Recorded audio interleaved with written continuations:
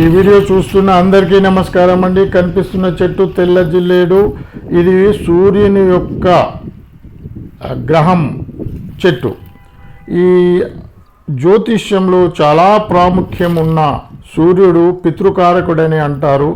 ఉద్యోగం రావాలన్నా, చేతికి పని దొరకాలన్నా, ఉద్యోగంలో ప్రమోషన్ కావాలన్నా, రాజకీయ నాయకులకు పదవులు కావాలన్నా, మంచి మంచి హోదాలో ఉండాలన్నా, పొజిషన్లో ఉండాలన్నా ఈ యొక్క సూర్యుడు కారకుడవుతాడు. అందుకని ఆ భూమి మీద ఆయనకు ప్రాతినిధ్యం వహించేది ఈ తెల్ల జిల్లేడు.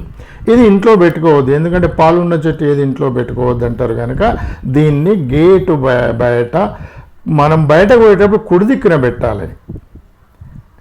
పెడితే మనం శక్తివంతులమవుతాం. బయట ఏ పని చేసుకున్నా కానీ ఇంట్లోకి వచ్చేటప్పుడు ఎడమ దిక్కు ఉండాలి. దానివల్ల ఏంటంటే ఏదైనా బాధలు, కష్టాలు, నష్టాలు ఉంటే గేటు బయటనే వెళ్ళిపోతాయి. ఇంకోటి ఏంటంటే యజ్ఞంలో సూర్య వనస్పతిగా ఈ యొక్క వీటిని వాడతారు.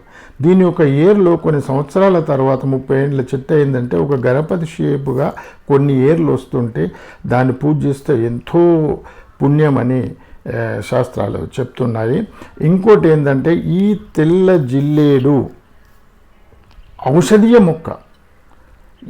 వైద్యులు ఎన్నో రకాలుగా దీన్ని ఆయుర్వేదంలో ఉపయోగిస్తారండి. ఈ తెల్ల జిల్లేడును సాధ్యమైనంత వరకు గేటు బయటనే పెట్టుకోవాలి, ఇంటి లోపల పెట్టుకోవద్దు.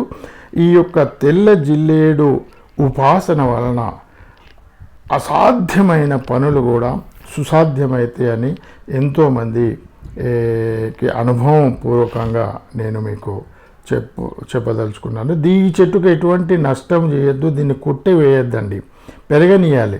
ఇంకోటి ఏం తెలుసా, ఈ యొక్క తెల్ల జిల్లేడుకు మార్కెట్ రేటు కూడా ఉంటుందండి. ఇది ఫ్లవర్స్ దేవునికి, శివునికి పూజిస్తారు. తర్వాత ఆంజనేయ స్వామికి ఈ తెల్ల జిల్లేడుతోటి మాల వేస్తారు. చాలా శ్రేష్టము పూజలో.